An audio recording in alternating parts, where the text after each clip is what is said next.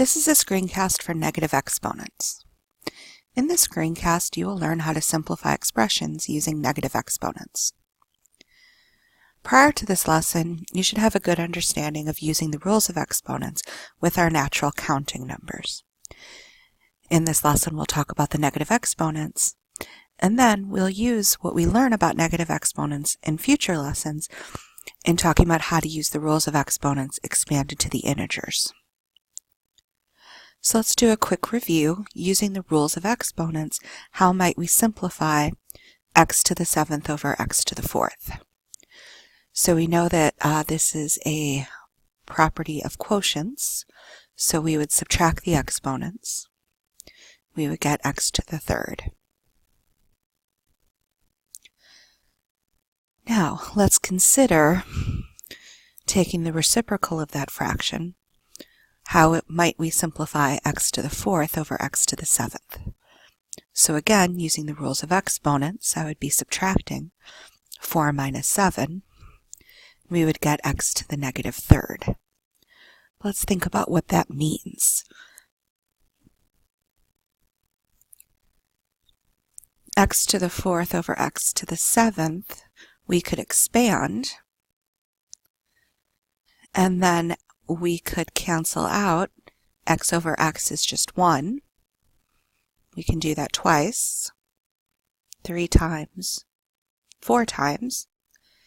So what we have left in the numerator is just 1 multiplied by itself 4 times, or just 1.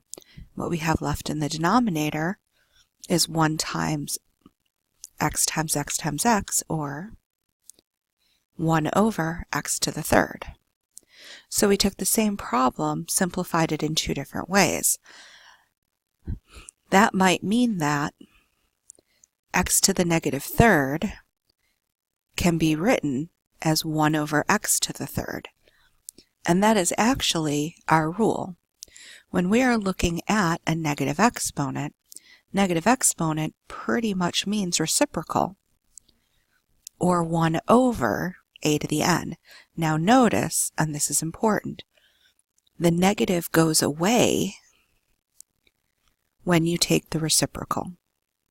So the act of putting 1 over a to the n gets rid of that negative exponent. So let's take a look at some examples. We're going to rewrite this using positive exponents only, y to the negative 6th. Well, in order to make that a positive exponent, we're going to take the reciprocal, or make it 1 over y to the 6th. Our next example, 1 over z to the negative 8th. Again, if we're looking at the reciprocal, we would just change that to a positive 8, but then the z to the 8 would then be in the numerator. How might we rewrite this using negative exponents? Well, if we want the negative exponent, we would take the reciprocal and then make the exponent negative. And finally, how might we rewrite using this negative exponents? Well, the only thing that we need to change about this is the x to the 4th in the denominator. The negative 2 is still going to be in the numerator. So it would be negative 2 times x to the negative 4th, because it is only this part that we need to make with a positive, we only need to rewrite that with a negative exponent. So there are 4 examples to help illustrate how we might use negative exponents in simplifying a problem. And that was our objective, that after watching this screencast, you'll have a better understanding of how to simplify an expression using a negative exponent.